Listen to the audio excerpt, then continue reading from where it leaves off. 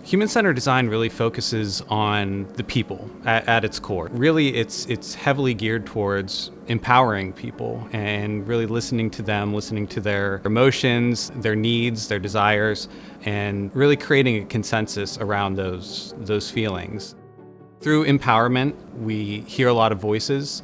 We also, through this process, are really able to understand the root problem that we're trying to solve with any project. A lot of what we hear are really symptoms of a problem and not necessarily the big overarching problem. And we find through human-centered design that when you're able to pinpoint and focus on what that problem is, a lot of those little symptoms will go away.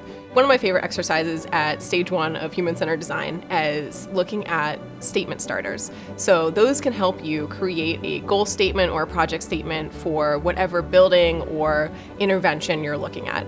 And those often start with something like, how might we ... And that can help you come up with what is the ultimate goal of your project. And the biggest thing to remember there is to think big sky, think blue sky, think what is possible with this, and not be hampered by any sort of perceived obstacles or challenges, because what that vision is will carry the rest of the project forward.